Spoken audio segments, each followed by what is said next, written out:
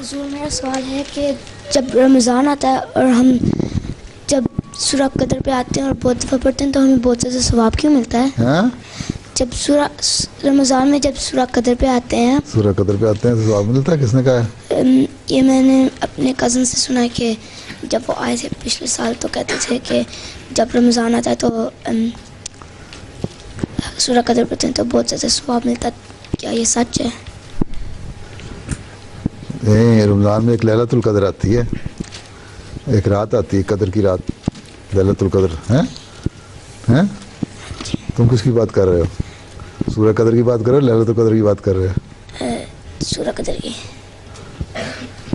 ہاں انا انزلناہ فی لیلۃ القدر وما ادراک ما ہاں، لیلۃ وہ القدر. اس کا ذکر ہے، وہ ایک لیلۃ القدر ہے، رمضان کے مہینے میں آتی ہے.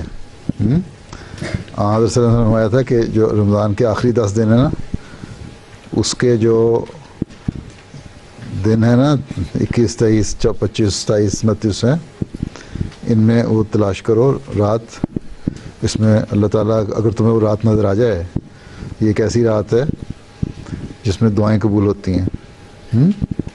تم دعائیں کرو گے وہ قبول ہوں گی، اور یہ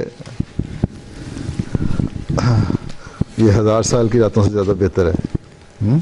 یعنی اتنی جو دعائیں تم کرتے رہو گے جس میں تم کر لو، اس لیے اس کو تلاش کرو خاص طور پہ. اس کا مطلب یہ ہے کہ رمضان کے دنوں میں ایک تو دعاؤں کی طرف عام زور ہوتا ہے، توجہ ہوتی ہے، ان دنوں میں خاص طور پہ توجہ کیا کرو. ٹھیک ہے؟ اللہ تعالیٰ قریب آ جاتا ہے نا رمضان میں، اور بھی مطلب قریب تو اللہ تعالیٰ ہر وقت ہے، زیادہ سنتا ہے دعائیں.